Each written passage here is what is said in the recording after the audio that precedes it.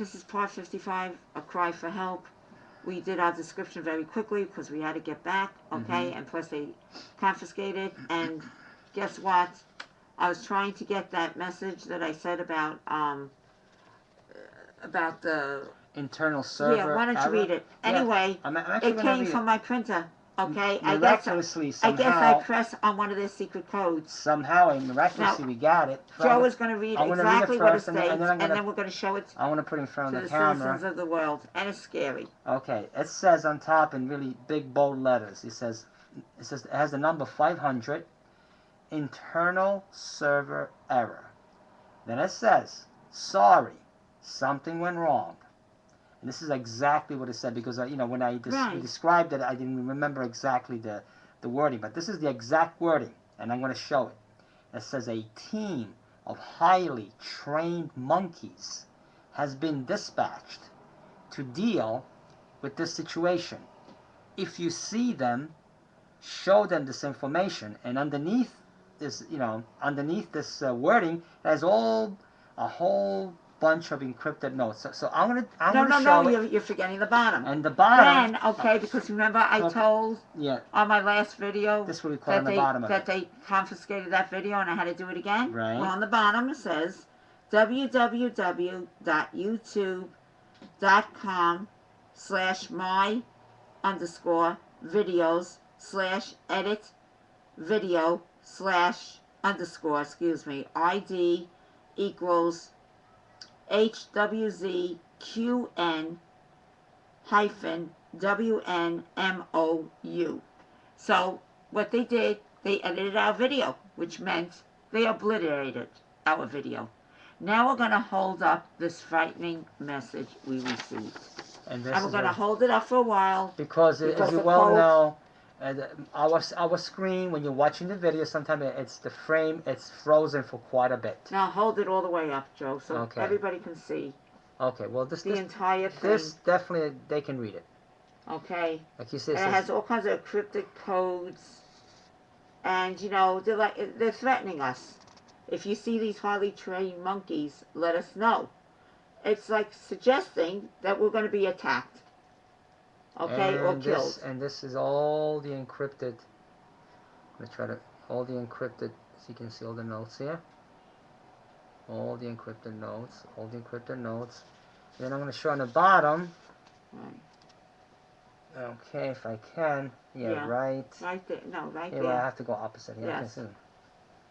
Up there. How they edit. They go into our YouTube account, which we all know by now, and they take off videos. And here it is. We are asking the public to please inform YouTube that they're doing this. And they take it off all the websites. And they try their best not to expose the lethal corruption. And they're trying their best to try to get rid of us because this is a very threatening message. Okay? And when you hear our entire story of what happened last week, you will see how they're trying to get rid of us.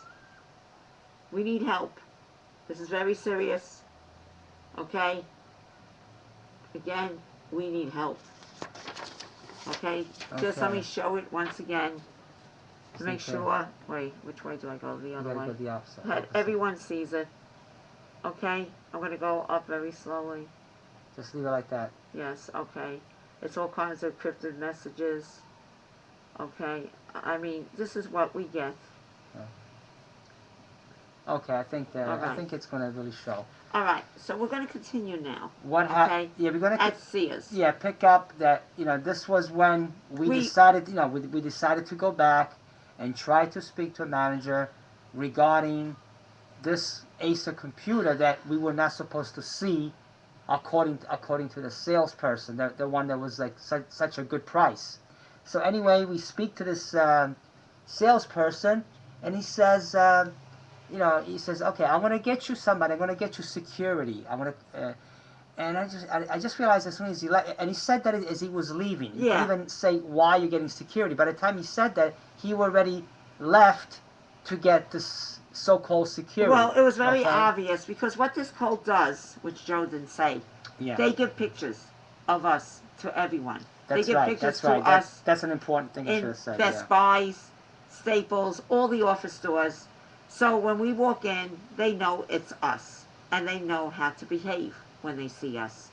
Okay, because everybody acts the same. Okay, and this salesperson also sees us. He has a picture of us. Okay, and they're told if this couple makes a complaint, get security. Right. Okay, and they come in, the cult comes in like they're the police. They show police badges, whatever they need to. And actually, they are like the police because the police are part of the cult. So it's all a police cult, okay, like I said before. And they make us look like mentally deranged criminals. And they try to make us mentally deranged so that they're not discovered, okay? But anybody, and I know the citizens of the world understand this, okay? You know we're not mentally deranged. It is them. They twist and distort what they do onto us. That's all they do. And it's pathetic, it's shameful, and it's torturous for us. It could literally kill you. Right. Okay. Anyway, so we were weary.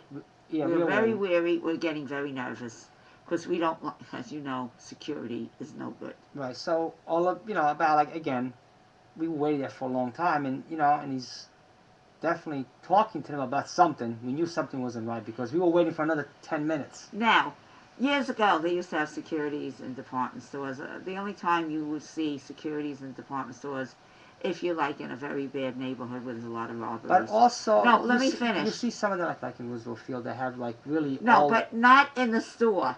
He was getting store security. Store security. Okay. Right. Now there may be store security, but they only come out if someone pickpockets or steals something in the store. Okay? They don't come for us making a complaint about the store. Also, if security does arrive from the store, they're dressed very professionally. Yes. They show a badge, and their security. You can't just be approached by anybody. You can see them. They identify themselves thoroughly. Right. You know that's security. So all of a sudden, waiting there for about 15 minutes, and we see this young guy with tattoos all over his arms, wearing baseball cap, wearing a tight T-shirt, okay, and jeans. He looked like he came from a party. Right. Okay. Yes. So and he's walking towards us, and he's looking at us very sternly. Yes. Like what? And he says exactly. I remember his words. What is the problem here? Yeah. Just like trying to. He had like he was trying to intimidate. Yeah. Superiority about him, and like he was trying to explain to him. He goes yes, yes, and he says. Then we explained to him about the computer. Says, okay, let's go to the register, right? We gave a little background of ourselves. And as we are going, all of a sudden, that salesperson that told us that we are not allowed to see the computers, as soon as this so-called, I remember exactly how it happened, so-called security person comes to us, this salesperson comes down, and she's talking to another salesperson there, because they had appliances and everything else right next to it, and they're all like sitting there, gathering together, and all standing up and all watching this, like if they're watching some kind of a TV show, Ed Sullivan show. Yeah. Okay, because everyone knows us. Yeah, there's pictures spread about us. I was actually ready to say, would you like our autograph? Yes. Because he seems so interested in knowing what's going on with us. That's how it always is. Yeah. Okay? Everybody gathers from the store. Yeah. And looks at us. And they talk about us and they whisper. It's amazing. We walk in. It's like, here comes Susan and Joseph Tropeano. Right. We all know who you are. It's horrendous. So anyway, he goes to the so-called security guard that looks like he came from a beer party. Right. Okay. Goes to the screen of the computer. Right. We explained to him about that the computer is counterfeit. We explained how we got how counterfeit computers are being sold to us, and we explained the whole story. So as we explained to him, another individual arrives. Okay? So at first, what Susan and I surmised, since the salesperson told us that the merchandise is in the back, you can't, you can't get it from the cage. I see this individual looking at us, it comes in towards us, like as if he wants to help us. And I do ask him, I said, what is your name? I think we have him on, actually, we were tape recording. Yes, because we knew this wasn't going to be right. Yes. He gave us his name, I believe. And I asked him, are you security? No, so I'm not security. I said, well, because he, first of all, he didn't look like security, but I still asked him. And then I said, are you from back in a warehouse where the merchandise is? Because I figured, he was going to tell us about this computer that it's in the back. No, I'm not. And I said, well, who are you? Yeah, who are you? What do you do? He says, well, I'm the maintenance guy. And I looked at him, you're the maintenance guy. I mean, what is the, I was going to say. Well, the same thing happened. But he said, oh, listen, the reason why I'm here, though, because I want to help. Because I was ready to tell him, the maintenance guy, what does the maintenance guy, have to do with what we're talking about. With our computer. Right. Oh, the reason why I came, because, he knew I was going to ask that question. So he actually stopped me before I was going to ask him that question. And so he made himself look like he was, he was going to help. He just wanted to help. Yeah, sure. So I'm here, I just want to help the situation. He says, because I used to work on the floor here. I used to work in the cash register. Now, now I changed, now I do maintenance, So now, let me just make a point here. Yeah. The same scenario happened with my pension. We go down to TRS because my pension is greatly racketeered with Phyllis Limewine with the Colt, has custody and control of my pension. Okay? And I'm suffering so much. This is why we are destitute. Okay? So anyway, okay, we go to the pension department. Instead of meeting Nelson Serrano, the director of the pension department, to pension, who could solve all these problems, and was given a letter by Mr. DiNapoli of the state controller to meet with Susan Tropeano, we meet with the maintenance guy. Yes, I remember that. Yeah. Teachers Retirement System. Yeah, the maintenance guy. The same thing. Good point you made here. What does maintenance have to do with Susan's pension? With my pension, or a counterfeit computer being sold at Sears? I mean, they have all this lunatic. That's what they do. Imposters. Yes, and it's always the same routine. It's always the same. It's always the same RICO pattern. Always the same. Okay? So, we knew the situation was dangerous. We have a maintenance guy at Sears. Also now. And we have a security guard who looks like he came from a beer party. So and we asked him, do you have a badge? No, I don't. Do you have a card that represents you? No, I don't. Okay?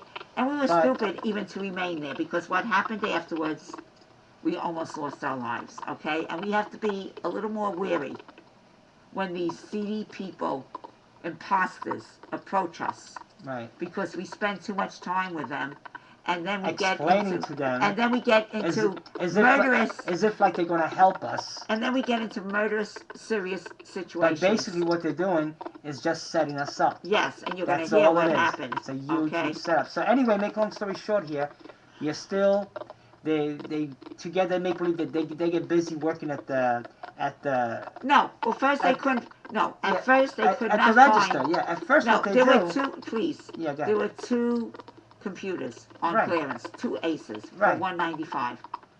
So they're looking on the computer system. They can't find it. According to the sales lady, it was there. Yes. In the back room. Okay. At that point, the sales lady, the so-called sales lady, shows up, and she says, "What's going on?" And yeah, she sees, as well as because at first she was just hanging out with two other salesmen watching, overseeing the whole thing. And then she saw that we were discussing the situation. We're not relenting. So she comes into the picture again. So what she does, she goes, "I'm leaving." She immediately runs off and leaves the scene. She went home. So. She said, "I'm going home." Okay, and this is also the usual RICO pattern that occurs when we discover imposters. Right. And the same thing happened in a restaurant that we just recently ate in. No, I want to show the parallels. Yes. Okay, that when we discover the corruption, the imposters, some of the imposters, leave immediately. They get nervous. Anyway, get so back she to... was never. So she was never a sales lady. Right. She was working for the cult, or she's part of the cult. Or she is a sales lady, but was threatened. No, Joe, she And- can't just leave the store. I know, but she just can't just leave the store just like Okay, that. she Yeah. can't. I'm okay? going home. That's it. Right, I'm going home. Bye. And she's gone. Right. But anyway, it looks like again this video Okay, is going. we're gonna come right back, hopefully, if the cult allows us. Okay, and doesn't play more tricks with us. Again, Please please help us. watch our videos. Yeah, please help us. Please spread the help us. word. Please support us. Please support us. Please help us. Thank you. Thank you.